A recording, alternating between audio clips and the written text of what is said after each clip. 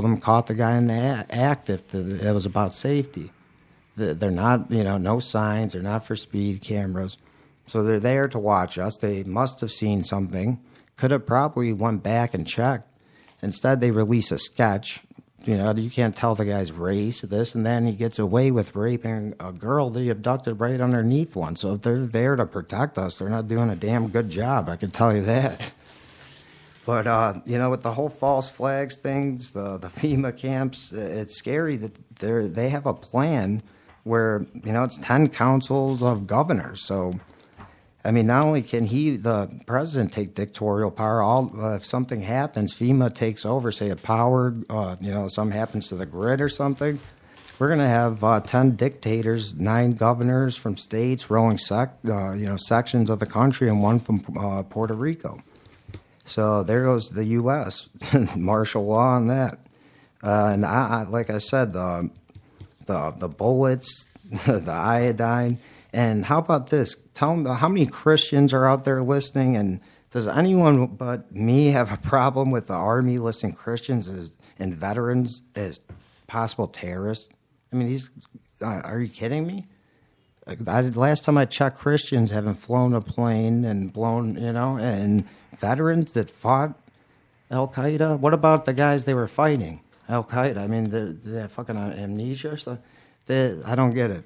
How could you put the people that gave up their lives, gave so much for this country on the terror watch list, and teach agents that the founding fathers were the first terrorists? George Washington wouldn't be welcome in today's army. He's the founder of the army. We wouldn't have a country with it. Are you guys fucking stupid? Come on. I think he wouldn't be welcome because he'd kick your guys' ass back into shape. And I would like to talk about some issues here in Chicago. We're like we're the model system for what they want in the world. When people say New World Order, this and that, I believe that the New World Order is just the rich, the big corporation owners, people in government, royal families, the Rockefellers, people with power and wealth. They get together and they, behind the scenes, state their goals. They will accomplish them, but they do it through stealth-like ways. It takes a time. It's a long, drawn, smart plan. These people are smart. With every little thing.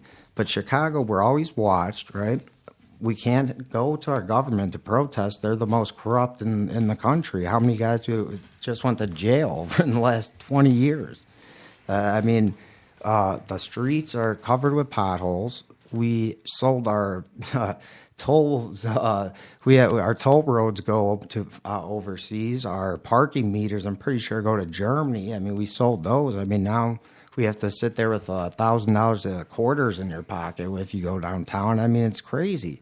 And all that used to go to fixing the street. Well, what do we have? They say they can't even salt. They can't fix potholes in the winter. It's ridiculous. We are the taxpayers. We are paying for these cameras, okay?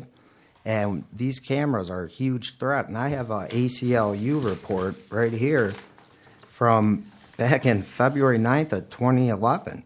And it's by Suzanne Atta. And it basically states that Chicago's systems are illegal. And the Chicago Tribune covered, Steve Chapman put it the best. He said a more complete assessment indicates that it has done nothing basically to prevent crime. It has done absolutely nothing. And you could look at Aurora with the Second Amendment if you want to go there. They have like 0% murder rate because they have guns. No one's good. Where are all the mass shootings at? It's unarmed places, schools, things like that. If there's a janitor dressed up as a security guard, dressed up as a janitor with a conceal and carry, I don't think we'd have this problem. They need. Why do they not want us to have guns? Because the real purpose of the Second Amendment isn't to go hunting. It's to protect yourself, your family, your possessions, your property, and the people from being subject to government that's acting like ours. And if we have strength in numbers, we need to realize that. And if we have guns and numbers, they can't push us around. we could put our foot down. But they get the guns, and it's Mao China. We're going to be getting put in these camps. So I mean, we can't give up any rights. I'd rather face the dangers than give up any rights. Okay, like you have a better chance of getting killed by a bee than you do a terrorist, and people need to wake up to that. And I heard today, the shoe bomber they're afraid of. What, do we got to fucking take our shoes off before we leave them back in Chicago if I'm flying out and then buy new shoes at the airport in Florida now? You can't bring toothpaste. I mean, my God, they're the ones that got the underwear bomber on. So what next? I mean, they're creative in finding ways to take our civil liberties. I'll tell you that. It's about the only good thing they're doing. Because they sure as hell can't run this country. And what can we do? Well, guess what, guys? With the military, with the politicians helping, I'm not trying to take credit for this. They just, happened to use my petition. We stopped a war over a pipeline. And they said it to Russia, basically, hey, let us have the pipeline, and we'll make sure there's no terror attacks at the Olympic Games. Well, Putin destroyed the chemical weapons, or safely escorted them out. And how many terror attacks happened prior to the Olympics? I mean, if that doesn't show you we're still running Al-Qaeda, what does? But as far as the Chicago thing, the ACL reports it's extremely, it breaks the Fourth Amendment. It actually prohibits people from wanting to be politically active. It's unbelievable. And we sit here and we pay fines for camera lights. We pay fines for this. We got to wake up and put our, to stand up for something. If it's anything, at least explain to us why our taxpayer dollars have to put up cameras that could zoom into a particle on your face, how much it costs, and why they're necessary, and what they have done. Because I believe that there's plenty other things like our train system, our train tracks, the money could have went to, like I said earlier, the streets. I mean, plenty of things. But all they know how to do is take money.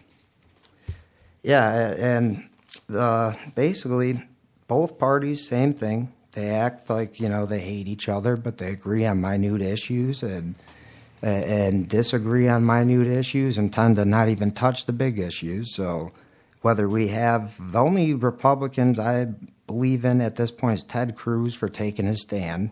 I mean, he stood up for 2 days talking about Obamacare. And Obamacare is written by Ezekiel Emanuel, Rahm Emanuel's brother. And Rahm Emanuel was, poking forks in the table at the president. So I'm thinking he's pretty powerful. And, yeah, it does have death panels in there. It says the state has the ability to control elderly care. And I don't think that's right in any sense.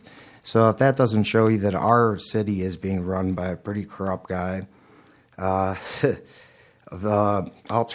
the rise of the alternative media, I would really feel like there's no hope.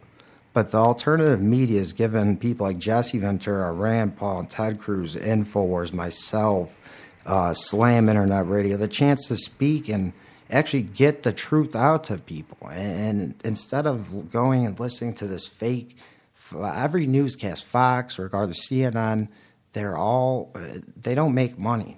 They pay to put stuff on there. That's called propaganda.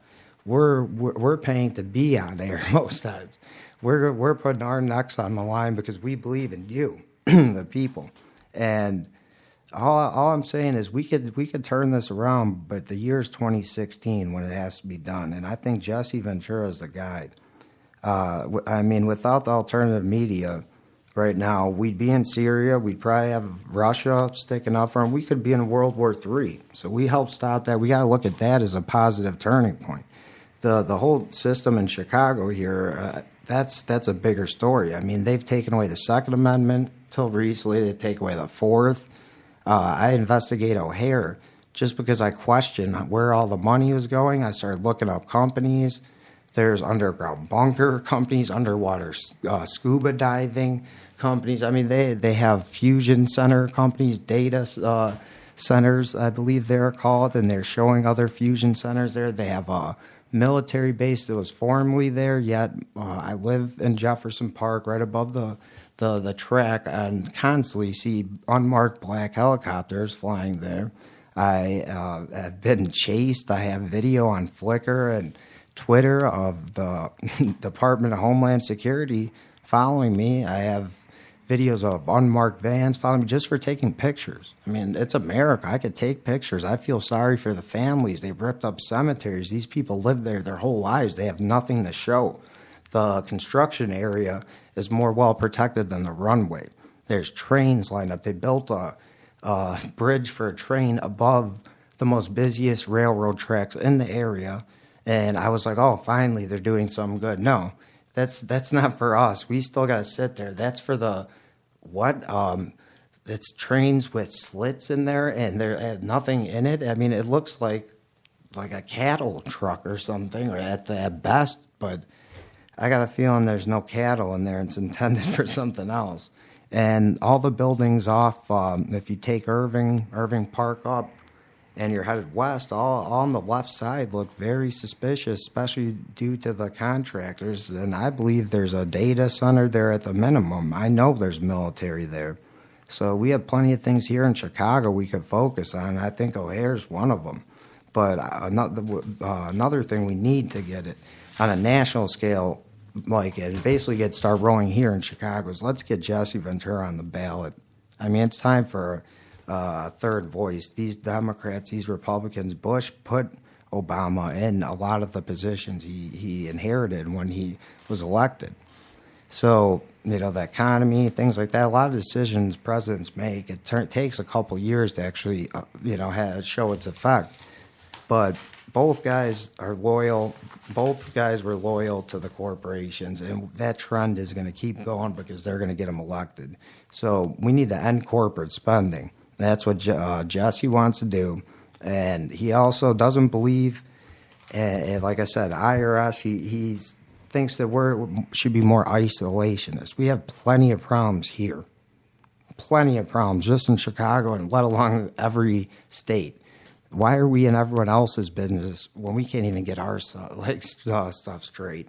I mean, we got probably the worst government in the history. If they focus more on us instead of helping everyone else, maybe we would. Take the military spending, cut that, bring our troops back from the Middle East, and then we could pay for health care 10 times over. And he was quoted as saying to myself that he would pick up right where Kennedy left off, and this military-industrial complex.